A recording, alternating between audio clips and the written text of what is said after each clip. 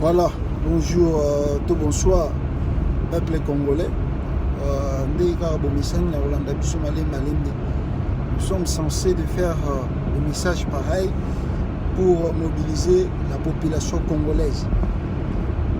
Donc, message, d'abord je m'adresse à mes frères et sœurs du nord et sud du Kivu. J'ai vu que le député et le haut cadre, n'est-ce pas, de cette province, a dit déjà pour réagir face à ce que nous qualifions de la ruse d'Azara Sourouberwa en utilisant Félix Tshisekedi et Paul Kagame, parce que Paul Kagame a utilisé Bango.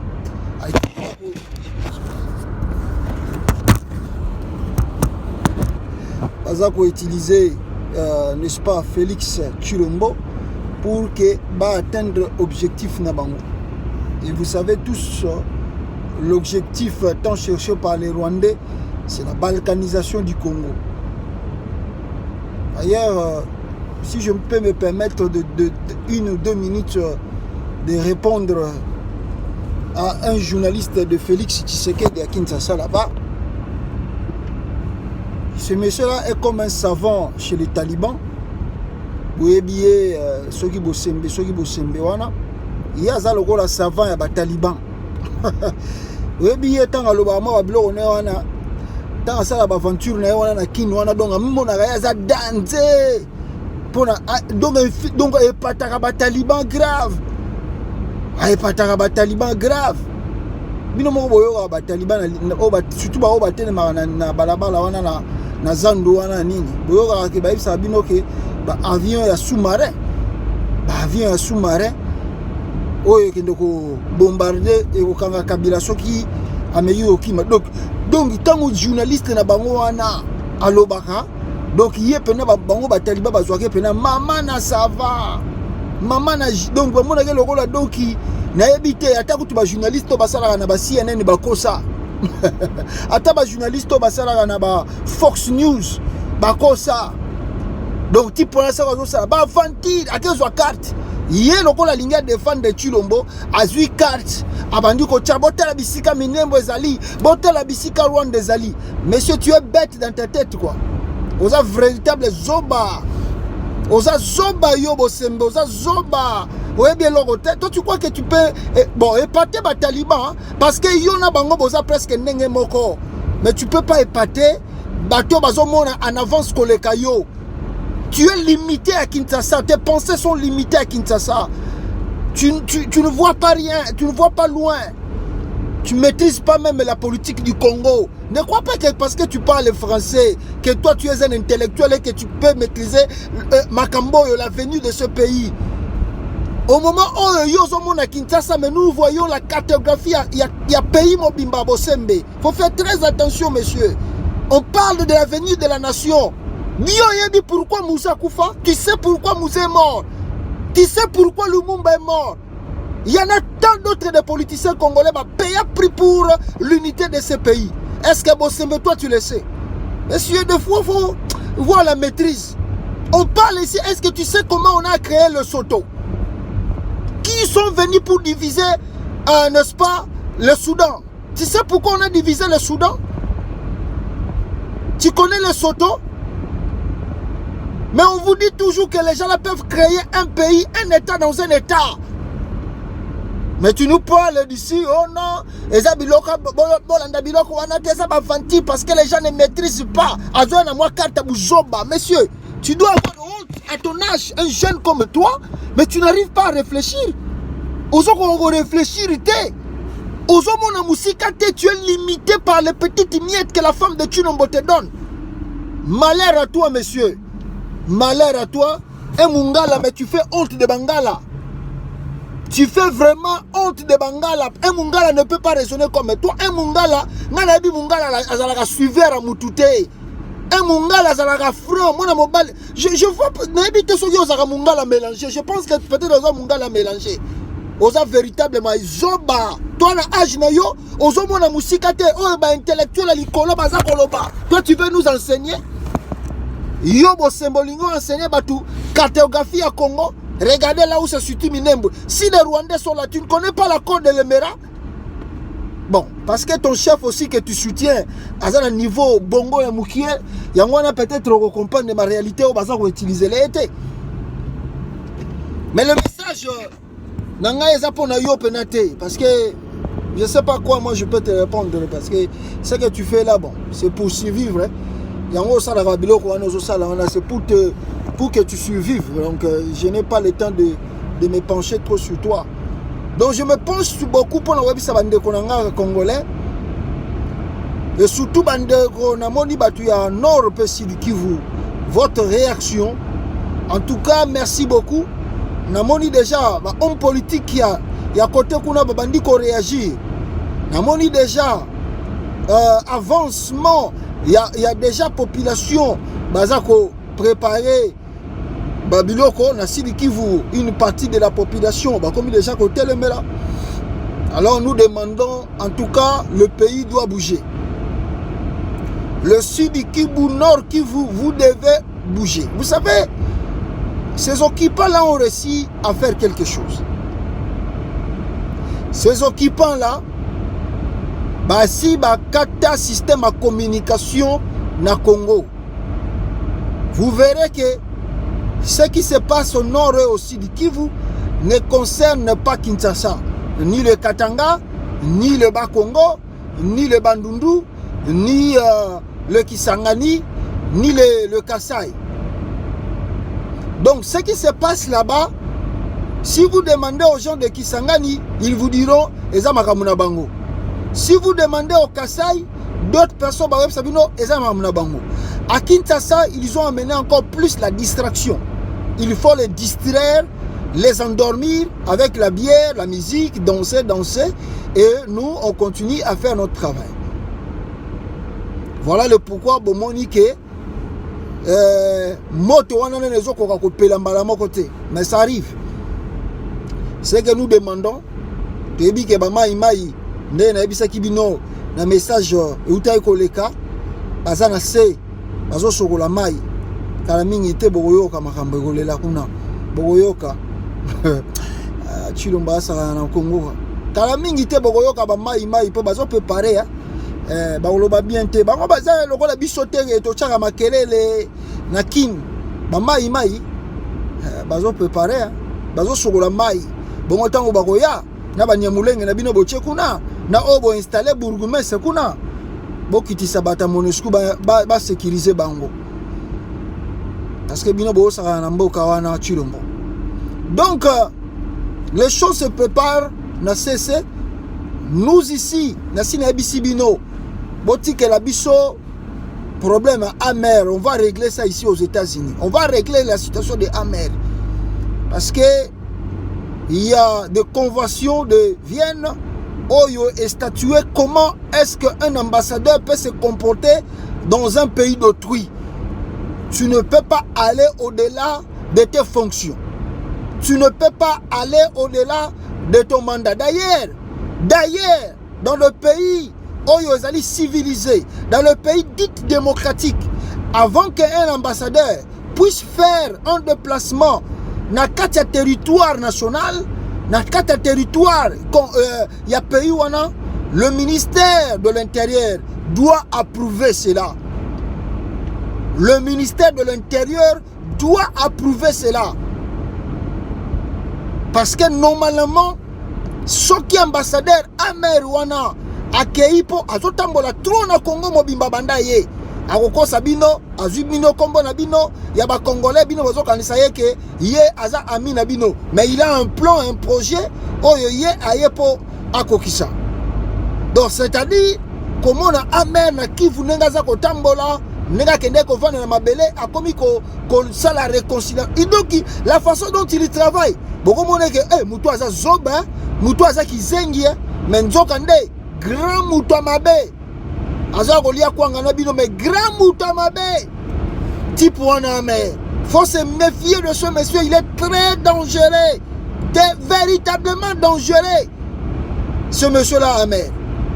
Donc je vais dire ceci à mes frères. Nous aux États-Unis, comme je vous ai déjà dit, de la semaine que Toza Kobanda Awa, on va déjà organiser des rencontres parce que peut-être le temps nous est limité pour nous sala comment okuta na basal na makambo Toza nango ya corona, vous le savez. Alors nous allons organiser une conférence call cette semaine. La semaine que nous commençons, tu peux savoir nos numéros na air. Oh, tu peux la conférence call pour tous les Congolais vivant aux États-Unis. Et aux la conférence call, il y a YouTube. Tu peux la conférence call, soit téléphonique, soit ce qui va te montrer que tout ça là on a Zoom. On fera cela parce que nous devons adopter des points. Il y a makambo comment pour que oh tu même un département oh et s'occupera plus na makambo etali relations internationales ou relations diplomatiques, surtout les alliés chargés pour l'ambassadeur do yeba rôle nini Amer a commis comme ça na Congo. Il a dépassé vraiment totalement mandat na ye na kati ya Congo. Si c'était dans d'autres pays, le fait qu'Abakenda Romona va na mabele nandenge makambo yaba nyamulenge bimi, on voulait même te faire expliciter na ba pays et se respecte parce que jamais un ambassadeur congolais ici aux États-Unis peut se permettre de faire cela. Nous avons plusieurs ambassadeurs de pays occidentaux au Congo, mais on n'a pas vu ces ambassadeurs-là. Bah, ça la makambo Amer azosala. Donc, ce monsieur vraiment a dépassé les niveaux. Je ne sais pas comment. Alors, ce que vous devez retenir, c'est que Bandeko Bozali Awa, on va écrire en autre senga qui n'a pas tout bazali ba juriste. Vous êtes un juriste, vous connaissez la relation internationale. On a besoin de vous parce que nous allons élaborer le texte Oyo Torokende qu'on déposer na makambo na département d'État Oyo s'occupera na relation internationale et chargé na ambassadeur Torokende kuna tokotisa requête na biso pour na bango ba répondre biso na makambo yo Amer a commis ami intime ya Chilombo aza kosala na kati ya Congo. Donc voilà, Monusco tout déjà si boye bayango to senga bango ba bima Congo depuis des années. Batu wana balinga ko bima te, balingi ko bima na Congo te, nzokande bazali bato babenga ba complice. Ces gens-là sont là parce que bayebi ke soki balelo babimi Congo nandenge Donald Trump aza ko serrer bango awa, c'est fini pour eux. Donc voilà le pourquoi batouana donc le Rwanda où tu répondre de Congo quoi 25 Karega kozonga susute aye na Congo libela. Alors ndenge wana pe bata Monusco totanga yi communiquer na bango balobi bango ba bima Congo no quitter.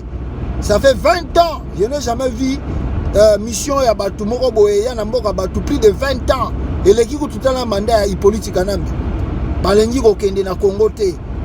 Guerre pe si la kate, insécurité pe si la kate, ils sont toujours là. Alors bangonde bayaki ko aider Congo. Donc wana bata Monusco wana ezo senga to so gouvernement moko responsable, on va finir ce dossier de la Monusco quick rapidement et aussi là. Mais comme Chilombo est là, un incompétent, un nommé, un dealer, alors moyen ainsi ça m'a kaba Monusco wana noki ezati. Donc on voulait dire ceci. Dans chaque citoyen congolais, partout où tu es, partout où tu te trouves, vous devez se mettre sur la tête, le Congo est en danger. Bolanda ba taliban te. Parce que na moni na ba commentaire, ba jui parce que ba taliban bazala ki calme. Tangu savana bango Bosembe ayebisi bango abemi na carte, ba taliban ba komi ko zwa moi vidéo na ba kati wana ba komi ko tchana ba WhatsApp. Bango bamona gaye type wana danse et monsieur la Bosembe wana donc moni bisuko bataliba bakomi koloba bola biso carte bola biso bozo mona teke minembo za 500 km na Rwanda. Mais or on leur rappelle que regardez, ces gens-là ont découpé plus de 26 communes. Oh, ils ont qui découpé. Mais regardez le malin de Rouberwa. Ils ont choisi que Minembwe pour Nabake Banda. Parmi tous les 26 communes découpées, pourquoi Babandina nous na première communauté? Parce que tango tie liste eloko bokosala, la première des choses ezali bokolanda norme établie ba commune wana. Pourquoi ba inaugurer ta 2 communautés, ta 3 communautés? Parce que s'ils avaient inauguré, regardez aussi Nzambe quand ndem taibaki ayebaki plutôt. Parce que s'ils voulaient, n'est-ce pas, basa de loko na bango wana et les kata moi propre, ils voulaient quand même inaugurer 3 communes ou bien 4 communes. Comme ça, bah, ils ont l'emballage à commune à Minembo. Mais ils sont partis seulement inaugurer Minembo. Batiki ba nini wana ba nini ba commune wana mususu. Ba s'arrêter kakawana. Donc ça veut dire que il y a quelque chose où ils ont caché, où balingi koloba na bisote à travers commune à Minembo. Mais ezali préparation où ezali koya pona e comme ça Minembo territoire. Après ce que commis territoire bako déclaré en province. D'ailleurs je vous annonce que touti ko zona ba fuite d'information na biso, tozu na ba fuite d'information na biso. Comment est-ce que ba Rwanda o bazana Kenya, Tanzanie, Burundi, o bazana Uganda bakomi koya Congo pona bakota na Minembwe? Dalobi ke tozu mabele yango yo mabele yango yo na Congo tozu mabele. Donc c'est-à-dire un mouvement massif. Il y a des réfugiés surtout touti oyo balingaka Kagame te misusu kutu bazoko bima partir à Rwanda bazoko ya Minembwe parce que territoire wana bazui et l'équipe même Rwanda na munene. Donc voilà le pourquoi ces gens-là se préparent là où ils sont à envahir le Congo. Alors en termes de capacité, parce que balobi futo ça là tout au peuplé bisika wana. Alors comment ils vont le peupler? Bazoko lingaba tchengo et comme plus de soika ba comme 3 millions ya pamba d'habitants na Minembwe. Ils peuvent déclarer déjà que Minembwe c'est une province. Vous savez, il y a des pays oyo bazaka na monga peut-être 2 millions 500 000 habitants ou bien 3 millions d'habitants. Donc c'est possible que non, ce qui le nom Minembwe comme territoire et que va envahir en Batu, le projet se prépare, va déclarer en province. Et s'ils arrivaient, va déclarer en province, va pousser pas comme province autonome. Et quand ils vont devenir province autonome, si ces gens-là, vis-à-vis, il y a distance, ils vont se déclarer un État autonome. Un pays autonome qui ne veut pas n'est-ce pas, Kozala Lisusu mélanger avec les affaires de la République démocratique du Congo. D'ailleurs, c'est ça les démarches que Roubaix doit à Salaka Mingi na États-Unis awa. Ce sont boyebi batouana terre. Tout na ba Congolais, tout bazan na États-Unis balandaka politique. Bakoyebi sabino que Banyamulenge na awa wan États-Unis bazali bakotaka ba réunion tous les jours. Ils cotisent de l'argent et batindaka na côté na bango wana afin que ba joie commune wana nde bakomi kozwa yango déjà boyebi feti baza kosala te awa pona ndenge ka ba déclarer commune ya Pamba boyebi te feti nini Banyamulenge bazosala les États-Unis pona bango ezali première pas ezali grande victoire. Donc voilà le pourquoi toza ko sonner d'alarme koyebi sabino que c'est Roubaix. Bon, toloba yango plusieurs fois batunde bachalaka biso tembe. Il y a 2 personnes qui sont dangereuses dans la politique wana ya Congo. C'est un Azara Roubaix qui est le représentant légal et numéro 1 de Paul Kagame au Congo. Ce qui boye baraté. Et il y avait aussi Kamere, mais tu as mis position à Kamere le l'autre pour Batami, bisika bache to so comprendre. Voilà un peu ce qui se passe dans ces pays-là. Donc, je voulais vous dire encore, point wana bon retenir bien, Batouana bazako préparer envahissement ya Congo. D'ailleurs, Batoumo babenga lobby trop insister. Babisingai, Félix Tshisekedi a un autre plan. Il paraît que les Américains va promettre ye soki akati minembwe bakosala tout Kasai comme république. Je ne vous mens pas. Makambo bato babenginga ba mikolo batata mibimba et puis bato bazana katia ba nako bisabino bisika basala raté. Nako bisabino te parce que ça be bloc accord akati nous surtout c'est pas bien dit dans le média. Ba ebisinga ike bazo ba promettre Félix Tshisekedi que Félix Tshisekedi soki okati minembwe okozwa tokosala tout possible que Kasai est comme la République. Voilà le pourquoi Félix Tshisekedi a promettre bango soki bango peut aider soki bazali d'accord ya ko permettre ye asala ba mandat ndenga zo linga sala en tout cas ye azali d'accord que Kasai est comme la République mususu. Voilà le plan oyo Tshilombo azako kene nango na kati ya Congo. Voilà le plan que Félix a son même na Congo. Donc Félix est là pour balkaniser la République démocratique du Congo. D'ailleurs, les gens m'ont signalé beaucoup de choses à travers à propos de ce monsieur Tshilombo. Félix Botala est bien.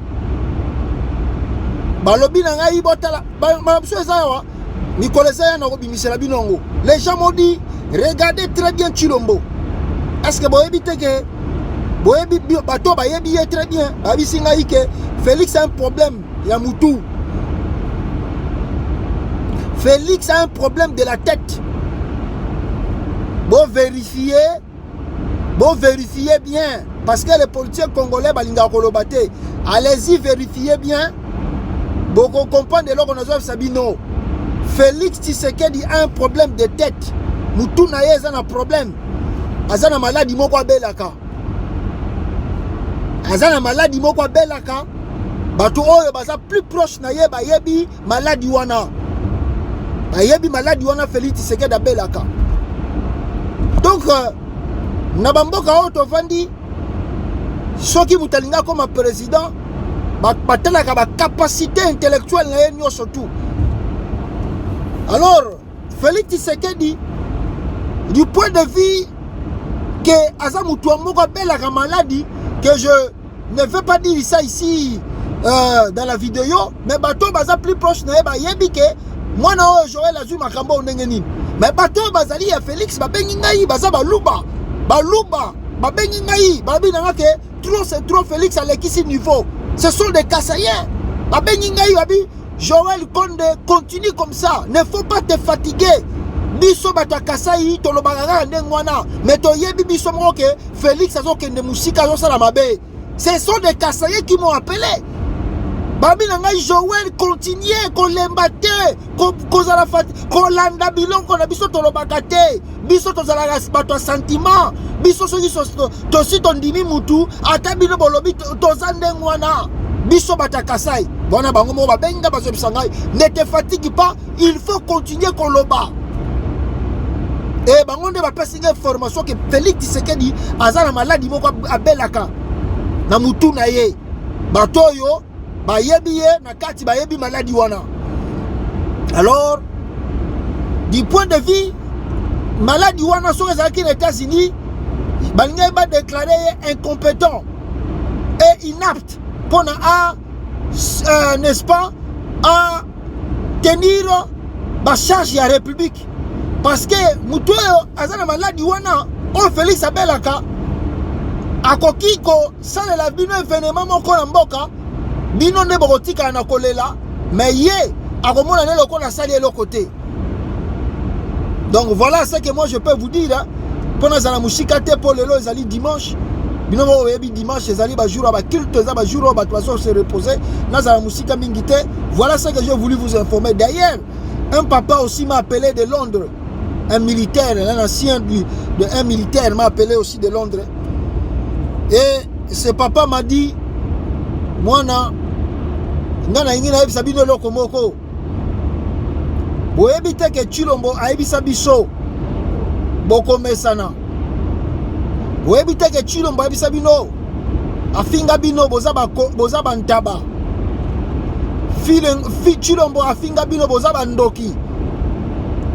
Chilombo aye kosukisa alobi na bino bokomesana.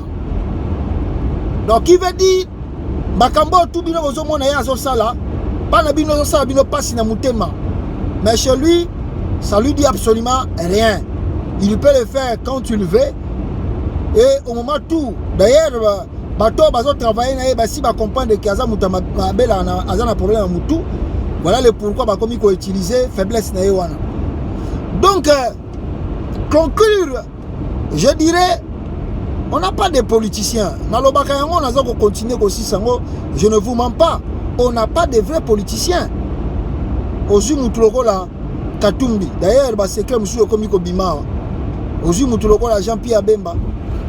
Baka monsieur komo bima la biso awa. Bato wana to ko comprendre bango, bato ba yebi bango ba ko taler biso la vérité. Pourquoi banani bakima Jean-Pierre Bemba? Les gens qui étaient proches de lui.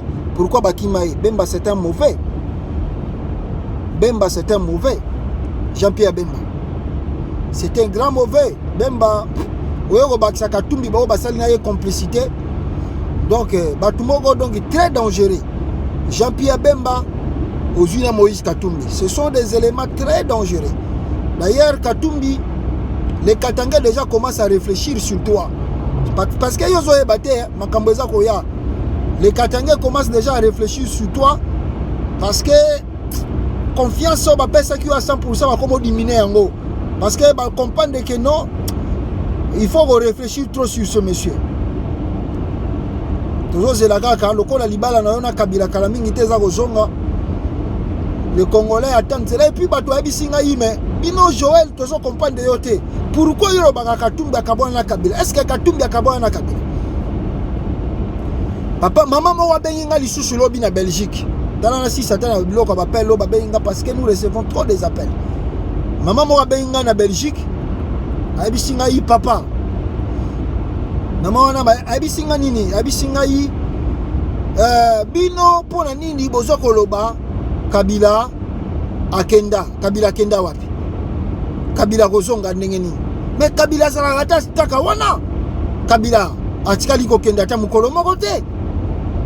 Et si maman, vous avez raison, maman, excusez, peut-être mon connexion de Kobeta Libaku, Potolo Bao, Kabila Kozong en 2023, or que Kabila Zanaïka Kawana, Azumwana Nae, Chilombo, étiquette, patin, Baché Liboso, pour Bassakana Congo. Mais Félix Tshisekedi Salaba Ventire, Yibambongo, mais ne touche pas à la terre de nos ancêtres. Yiba Nayo, Salanayo, comme ça, la zone Bambongo, mais ne touche pas à la terre de nos ancêtres. Parce que voilà, ni comme Mabélé, Félix, conflit à Mabélé, hein, et ça conflit autour ça la politique était. Félix, conflit à Mabélé, et ça conflit politique était. Soko lingyo menane o mema lourd de responsabilité te na oyo koya lobby. Bon, lokola yo na makelele on a répondu ki lobby boyebaki bolobi ke Ruberwa azali na compétence ya ko installer bourgmestre. Alors le jour à venir bogomo na ga makameza ko ya na bisi bino déjà ba congolais boyebake ba mai bazana se bango baza bata makelele te. Attendez bogoyoka Félix agoyoka agosimba mutu agosimba munoko agoregretter et là quand tu ça a regretter encore ko comprendre qu'est-ce qui s'est passé. Mais ba ebisinga déjà ba américain ba promettre ce qui a pesi minembwe ba ko pesa ye Kasaye comme république yango wana bitumba Félix aza ko sala a panza Congo pona Kasaye comme république. Mais tozana e malele même Kasaye wana zolinga teka ego kendete parce que bandeko ya Kasaye patriote ba ko telemela ye na ba aventure na ye soki ye na mama na ye Marthe ba yaki pona bateka Congo ba ko suduka ba ko bima maboko pamba Mobuta kima Congo bima maboko pamba. Donc Félix a bima maboko pamba ko regretta kango vine mobimba erreur aza ko sala lelo. Voilà le peu que j'avais ya ko sabino na dimanche oyo pour na ko sabino. Gardons espoir et gardons la mobilisation. Gardons espoir et gardons la mobilisation. Et je répète encore à mes frères vivant aux États-Unis, la semaine qui commence, nous allons organiser une conférence call, conférence à téléphone. Si vous voyez que c'est mieux que nous le fassions par le moyen de Zoom, nous allons le faire. Si vous pensez que nous allons le faire téléphoniquement, on va aussi le faire. C'est-à-dire qu'on va utiliser et puis nous allons se partager le point de vue et les gens vont saisir le texte qui va nous amener. On ne sera pas nombreux parce que nous serons peut-être au nombre de 5 ou 10 personnes au département qui s'occupe de relations internationales et surtout des ambassadeurs dans des pays étrangers pour soumettre notre quiétude concernant l'attitude de l'ambassade amère au Congo, à Kinshasa. So we have to do that. Biso aux États-Unis, ils ont une responsabilité na biso. So we have to do that. And so we close our hands and we said, oh, there is nothing. One day, me and you will regret, and then we'll be late because those guys, they are planning to divide Congo. So we will have to now. So we have to plan what to do. Then we can stop Amer for not going far. So be ready next week for conference call. Be ready, my brother and my sister. Be ready. Thank you.